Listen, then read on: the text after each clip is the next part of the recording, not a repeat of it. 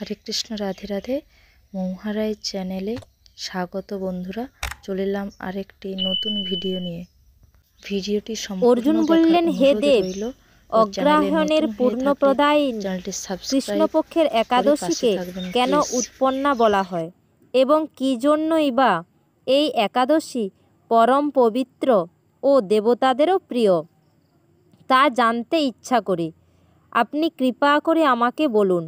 শ্রী ভগবান বলিলেন, হে পৃথাপুত্র, পূর্বে সত্যযুগে মূর নামে এক দানব ছিল। অদ্ভুত আকৃতি বিশিষ্ট সেই দানবের স্বভাব ছিল অত্যন্ত কোপন। সে দেবতাদেরও ভীতিপদ্য ছিল। যুদ্ধে দেবতাদেরও এমনকি স্বর্গরাজ ইন্দ্রকে পর্যন্ত পরাজিত করে স্বর্গ থেকে বিতাড়িত করেছিল। এইভাবে দেবতারা পৃথিবীতে বিচরণ করতে বাধ্য হয়েছিল। তখন দেবতারা মহাদেবের কাছে গিয়ে নিজেদের সমস্ত দুঃখ সবিস্তারে জানালেন। শুনে মহাদেব বললেন, হে দেবরাজ, যেখানে শরণাগত বৎসল্য জগন্নাথ গুরুধ্বজ বিরাজ করছেন, তোমরা সেখানে যাও। তিনি আশ্রিতদের পরিত্রাণকারী। তিনি নিশ্চয়ই তোমাদের মঙ্গল বিধান করবেন। দেবাদিদেবের কথা মতো দেবরাজ ইন্দ্র দেবতাদের নিয়ে ক্ষীর সমুদ্রের তীরে গমন করলেন। জলে শায়িত শ্রী বিষ্ণুকে দর্শন করে দেবতারা হাত জোড়ো করে তার স্তব করতে লাগলেন। স্তুতির মাধ্যমে নিজ নিজ দৈন্য ও দুঃখের কথা তারা ভগবানকে জানালেন।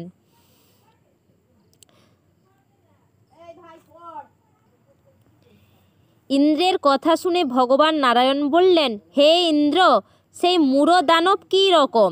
সে কেমন শক্তিশালী তা আমায় বলো।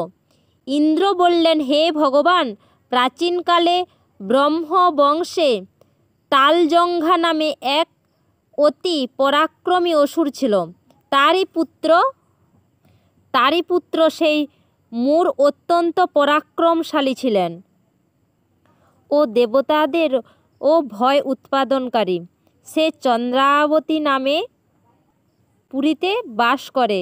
স্বর্গ থেকে আমাদের বিতাড়িত করে তার স্বজাতি কাউকে রাজা, কাউকে অন্যান্য দিকপাল রূপে প্রতিষ্ঠিত করে এখন সে দেবলোক সম্পূর্ণ অধিকার করেছে। তার প্রবল প্রতাপে আজ আমরা পৃথিবীতে বিচরণ করছি। ইন্দ্রের কথা শুনে ভগবান দেবদ্রোহীদের মতো প্রতি অত্যন্ত ক্রোধান্বিত হলেন। তিনি দেবতাদের সঙ্গে চন্দ্রাবতী পুরীতে গেলেন। সেই দৈত্যরাজ শ্রী নারায়ণকে দর্শন করে পুনঃ পুনঃ গর্জন করতে লাগলেন। দেবতা ও অসুরের মধ্যে তুমুল যুদ্ধ শুরু হয়ে গেল। যুদ্ধে দেবতারা পরাজিত হয়ে এদিক ওদিক পালিয়ে গেল। তখন যুদ্ধক্ষেত্রে শ্রী নারায়ণকে একা দেখে সেই দানব তাকে দাঁড়াও দাঁড়াও বলতে লাগলো। শ্রী ভগবানও ক্রোধে গর্জন করে বললেন, রে দুরাচার দানব, আমার বাহুবল দেখ। এই বলে অসুরপক্ষীয় সমস্ত যোদ্ধাদের দিব্য বাণের আঘাতে নিহত করতে লাগলেন। তখন তারা প্রাণভয়ে নানা দিকে পালাতে লাগল। সেই সময় নারায়ণ দৈত্য সৈন্যদের মধ্যে সুদর্শন চক্র নিক্ষেপ করলেন। ফলে সমস্ত সৈন্য ধ্বংসপ্রাপ্ত হল। একমাত্র মূঢ় অসুরই জীবিত ছিল। সে অস্ত্রযুদ্ধে নারায়ণকেও পরাজিত করল। তখন নারায়ণ দৈত্যের সাথে বাহুযুদ্ধে লিপ্ত হলেন। এইভাবে দেবতাদের হিসেবে 1000 বছর যুদ্ধ করেও ভগবান তাকে পরাজিত করতে পারল না। তখন শ্রীহরি বিশেষ চিন্তান্বিত হয়ে বদরিকা আশ্রমে গমন করলেন। সেখানে সিংহাবতী নামে একটি গুহা আছে। এই গুহাটি এক দ্বার বিশিষ্ট এবং 12 যোজন অর্থাৎ 86 মাইল বিস্তৃত। ভগবান বিষ্ণু সেই গুহার মধ্যে শয়ন করলেন। সেই দৈত্যও তার পিছন পিছন ধাবিত হয়ে গুহার ভেতরে প্রবেশ করল। সে বিষ্ণুকে নিদ্রিত বুঝতে পারল। অত্যন্ত আনন্দিত হয়ে ভাবতে লাগলো, আমার সাথে যুদ্ধে পরাজিত হয়ে বিষ্ণু এখানে গোপনে শুয়ে আছে। এখন আমি তাকে অবশ্যই বধ করব। দানবের এই রকম চিন্তার সঙ্গে সঙ্গে শ্রী বিষ্ণুর শরীর থেকে একটি কন্যা উৎপন্ন হলো। এই কন্যাই উৎপন্না একাদশী। তিনি রূপবতী, সৌভাগ্যশালিনী, দিব্য অস্ত্রশস্ত্রধারিণী ও বিষ্ণু তেজ সম্ভূতা বলে মহাপরাক্রমশালী ছিলেন। দৈত্যরাজ সেই স্ত্রীরূপিণী দেবীর সাথে তুমুল যুদ্ধ শুরু করল। কিছুকাল যুদ্ধের পর দেবীর দিব্য তেজ অসুর ভস্মীভূত হয়ে গেল। তারপর বিষ্ণু জেগে উঠে সেই ভস্মীভূত দানবকে দেখে বিস্মিত হলেন।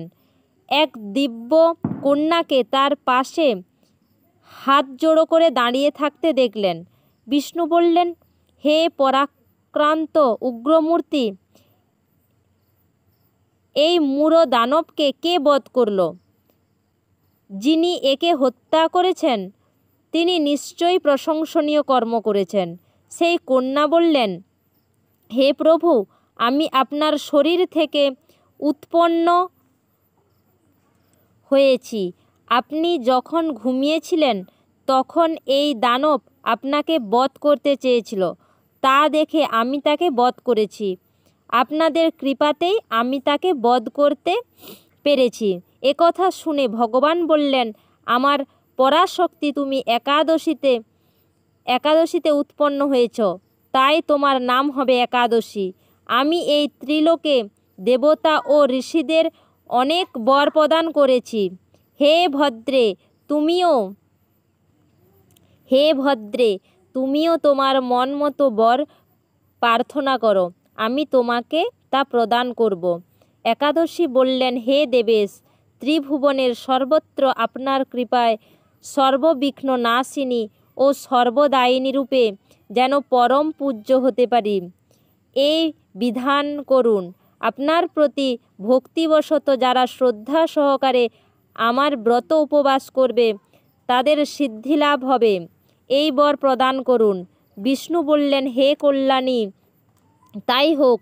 উৎপন্না নামে প্রসিদ্ধা তোমার ব্রত পালনকারী সমস্ত ইচ্ছা পূর্ণ হবে। তুমি তাদের সকল মনোবাসনা পূর্ণ করবে, এতে কোনো সন্দেহ নেই।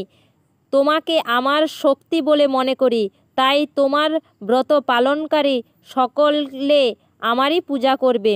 এর ফলে তারা মুক্তি লাভ করবে। তুমি হরিপ্রিয়া নামে জগতে বিখ্যাত হবে। তুমি ব্রত পালনকারীর শত্রু বিনাশ, পরম গতি দান এবং সর্বসিদ্ধি প্রদান করতে সমর্থ হবে। ভগবান বিষ্ণু এইভাবে উৎপন্না একাদশীকে বরদান করে অন্তর্হিত হলেন।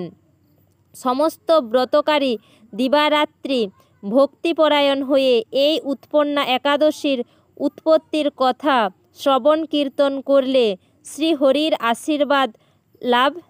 ভিডিওটি সম্পূর্ণ দেখার জন্য ধন্যবাদ। হরে কৃষ্ণ, রাধে রাধে।